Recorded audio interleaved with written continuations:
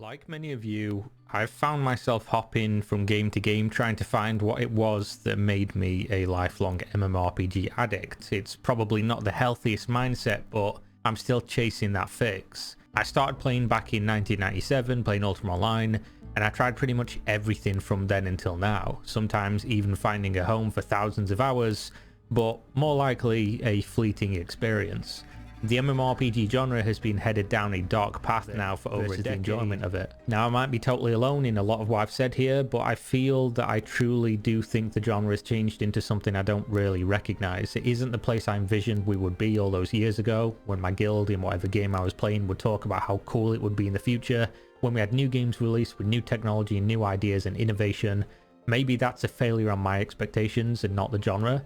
Maybe I failed to recognize that this was the natural progression and that this is where everyone else wanted to be. I recognize I don't have the answers here, and it's possible that whatever game would be designed ideally for me wouldn't be popular in 2022, but it makes perfect sense to me to look at a game like World of Warcraft and see that over time, as the game lost what made it feel fulfilling and socially enjoyable, it also lost the majority of its player base, trading meaningful progression for good boy point simulator and doing the same content on multiple difficulties, making you have zero identity within the world you're playing due to the cross-realm features, and making paying for a boost for content completion a constant in-your-face reminder that nothing you do matters anymore has, in my opinion, made the game drastically less enjoyable, and the playing numbers accurately reflect that. I use World of Warcraft as an example quite a lot, pretty much all the time actually, because I played and loved that game for over half my life, and it is the perfect example of seeing that shift in game design from what it was then. And you're not wrong and they're not wrong.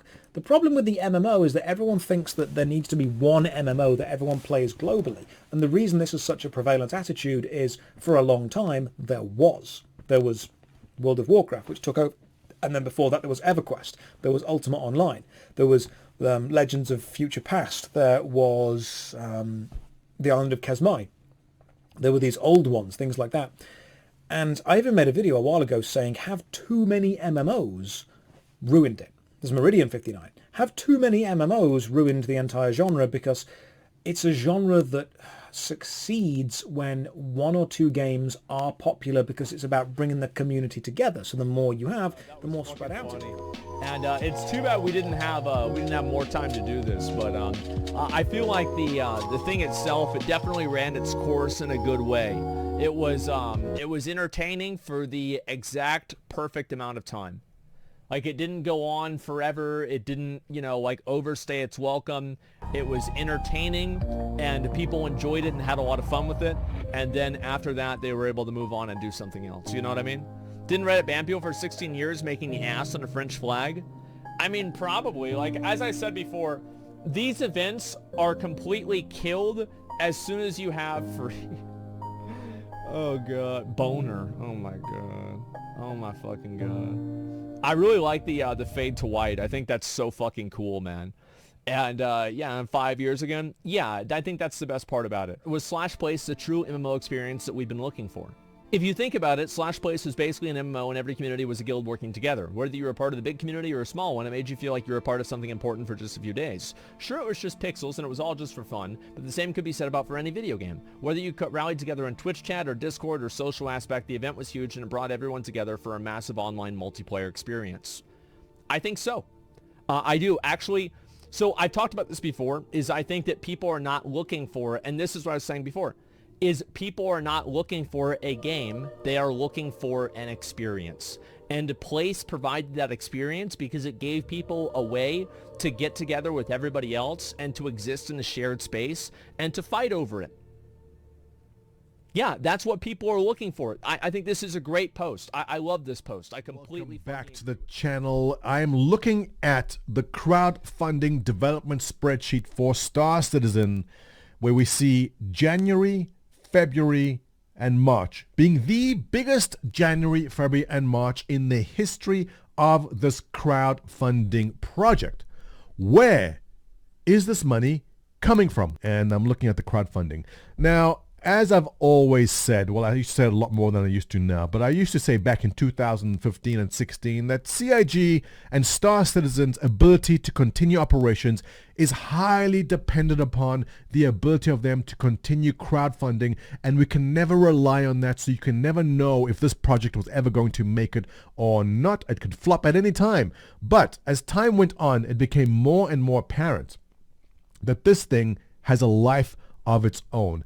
And when 2020 came along and broke all records, I think we all realized then that this is big. This is going to be something bigger than we ever thought. When 2021 came along, and I remember saying this to so many people, I said, don't expect this year to break records like last year. The same way where 2015 was bigger than 2016, 2016 was bigger than 2017. Like, don't expect every single year to be a record-breaking year. There's only so many people in the space sim genre. There's only so many people interested in this type of game that you'll get a peak somewhere. Maybe you'll raise 50 million, 60 million a year, but you can't really get over that, is what I thought. And boy, was I wrong. And boy, was I happy that I was wrong on that. Because what's happened here? And I think I know what's happened here. It's interesting and kind of funny. So January, February, and March, record-breaking months for funding. And it's not coming from me. I'm not buying hundreds of dollars of new ships. And it's not the whales. What we have here are a new generation of gamers. The kids in high school back in 2013 and 14 who may have seen Star Citizen mentioned somewhere have graduated high school, have gone on to complete 4 years of a degree, and have entered the job force and are making professional money. And now they have disposable income. And they've stepped up over the past 3 years and thrown money at this game. It's the only explanation. There's a whole new generation of gamers coming up through the ranks who are more than happy to put money into this game because it's offering something new. And I wish I remember the name of this YouTuber. I just had this on my recommend list and I clicked it. And the guy was complaining about this. And you can probably understand also. This YouTuber was complaining that there's no games out there which grab his attention like the old school MMOs. Now, I think he was talking about World of Warcraft, where he put in his 1,000 hours, 1,500 hours into the game. He goes, since then, there's been no game which actually captured his attention. And look, it's the same problem we've all had. You older gamers have had this too. It's very difficult finding a game that's going to grab you like things did in the old days. But Star Citizen has been doing that for me. And for all the guys sitting in my Discord and all you guys on Spectrum I know who love this game and play the PTU and the PU and in all the time, Star Citizen is that game that's grabbed our attention because Star Citizen, and forgive me for saying this, is building the metaverse. If you think about this whole thing, first of all, I hate the term metaverse, all right? But if you think about it, this whole metaverse thing being pitched now as the next big thing is what Star Citizen has been doing since 2012. They've been building out this metaverse.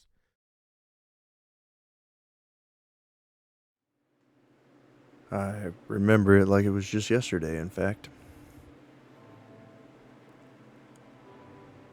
On a cold, wet, drizzly night, as the rain was coming down outside the barracks, I was hanging out with my dear friend, Alaskan Assassin. We were knocking back a couple of brewskis. We just recently received our brand new gaming laptops in the mail that we had recently spent our hard-earned money on that we had acquired while being in basic training. You see, we were fresh in the Army, and we were fresh in a new world, in a new life. We had just managed to scrape our way through the initiations of joining the military and getting into a new adult life, and it was then and there that I realized I have a dream.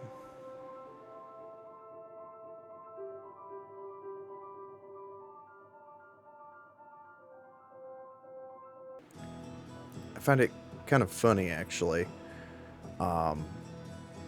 You know, my personal MMO RPG experience is actually rather vast, rather deep.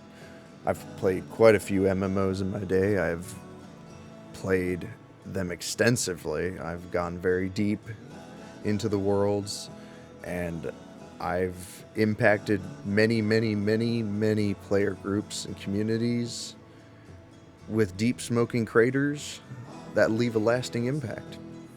I've done a lot, and I've seen a lot, and I've felt a lot. And today I just wanted to kind of get with you here and talk about a few little things that I'm noticing. You see, gamers are in the best of times and in the worst of times right now. It's so good to be a gamer right now. The directions that a gamer can go to right now, the options that are afforded to a gamer right now, it's unparalleled. Never in all of video gaming history have we ever had the luxury and the amount of wealth that we've had in today's time. But also, never have we had so much controversy. Never have we had so much divisiveness. Never before have we experienced so much joy and grief, sorrow mixed with agony, coupled with pure ecstasy and an immersive escapism out of this dark reality that we find ourselves living in today's world. Video games can do a lot of good for a lot of people. And the perfect evidence for this is the amount of passion, the amount of drive and motivation that someone will pour into these games. The MMO community is one of the most powerful, one of the most beautiful communities in existence, because they are willing to go to lengths and they are willing to climb mountains that you just wouldn't ordinarily see in humanity. The things that gamers can achieve and the heights that gamers will reach to, oftentimes for some of the silliest goals and ambitions. It's astounding. It's absolutely astounding. But it's beautiful, and it's awesome, and it's wonderful to be a part of. We really need to consider the future here, though. Right now, we're in questionable times. No one really has any answers, and no one really knows a proper direction to go in. It's hard to see the road ahead. It can be quite confusing and frustrating. Well, ladies and germs, I'm not here to toot my own horn, but I'm here to offer you an accord.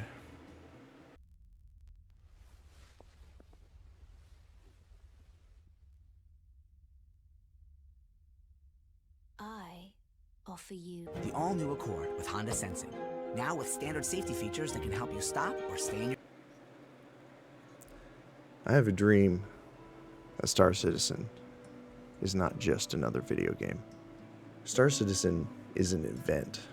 Star Citizen is an MMORPG that is unlike any MMORPG before it, or maybe even after it.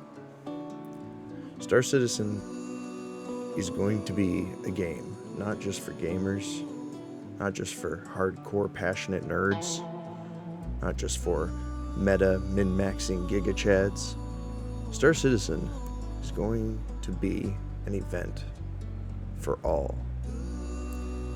And it's up to you to accept that invite, to step into the pool, to dip your toes in the water, and experience this world-changing event for yourself. Star Citizen isn't just about bam bam pew pew shoot 'em up explosions. Star Citizen has combat, and it is a lot about conquering worlds, building new territories, and making your mark left in the versed. Star Citizen will have farming, science, research, exploration, hacking, espionage, infiltration, assassination, kidnapping, slavery. There will be so many aspects, so many different avenues in Star Citizen.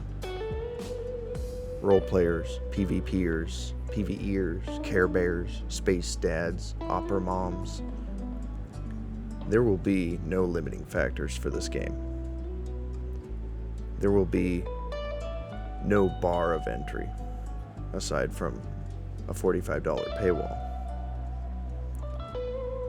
Star Citizen is going to be a universe.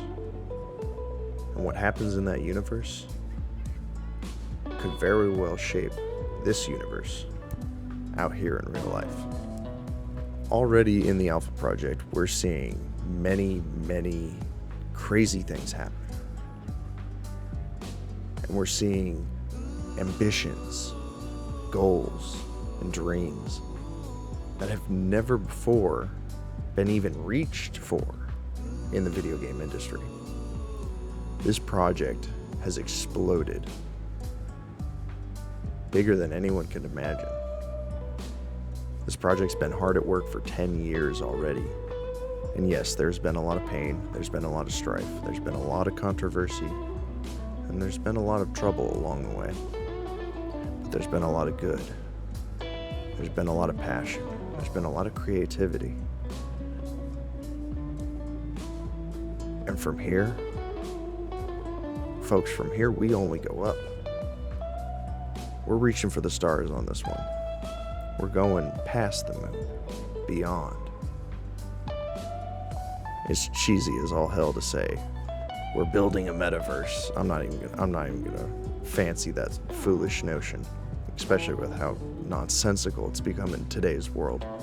But what I will tell you is this: Star Citizen is going to be a once-in-a-lifetime event. And right here, right now, I'm offering you the warning, the advance notice, the disclaimer for the future.